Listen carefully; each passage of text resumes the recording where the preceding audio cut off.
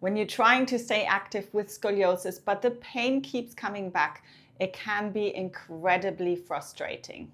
In this video, I will show you how to think about scoliosis pain differently and what to focus on instead so you stop chasing temporary fixes and you're creating long-term relief. So the first thing we do need to understand is that pain doesn't necessarily mean that something is damaged. And this is really, really important because pain at the end of the day is a response from our nervous system that our brain thinks that there is a certain threat to the body. Now, this still means your pain is real, and pain can absolutely come from things like muscle imbalances.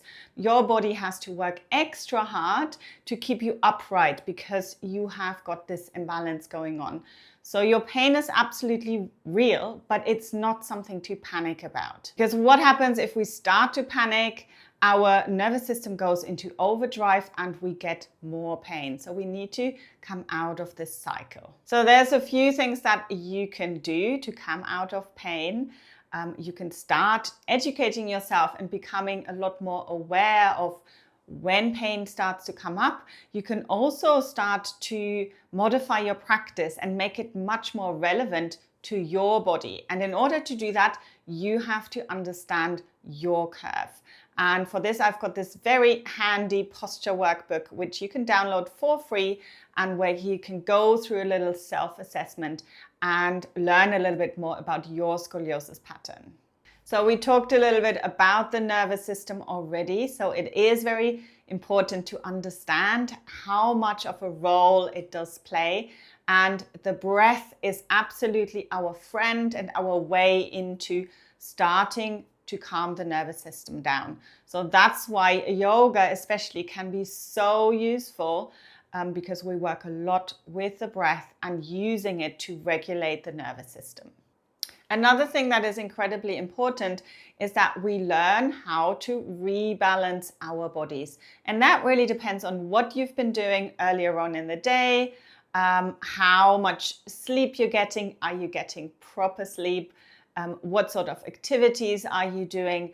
And making sure that you reset and rebalance on a regular basis. So you want to start looking for patterns rather than just symptoms.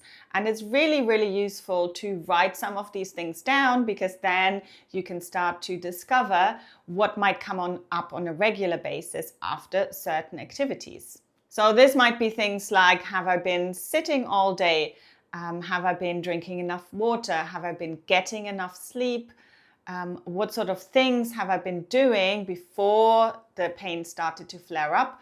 What are the sort of things that I haven't maybe been doing before the pain started to flare up? And don't discount things like stress or anything emotional that you might be going through at the moment, because that absolutely does play a role when it comes to pain. And then on a positive note, also think about all the things that might be making it better.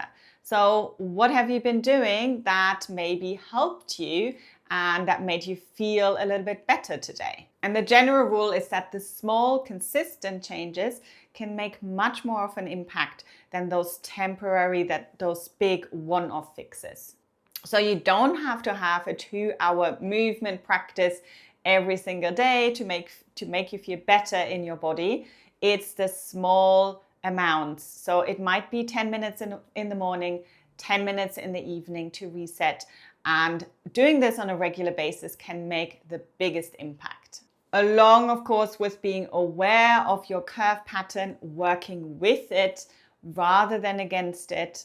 And of course, adjusting and modifying as you go. And if you're right now saying, well, that sounds like it's really, really difficult and I don't know where to start, then do check out my 3-day challenge, which is a great way and very cost-effective way to just get started, getting to know your body and getting started with some practices. And we do have a little bit of a variety of yoga, Pilates, general movement practices to get yourself going and working on mobility and working on strength.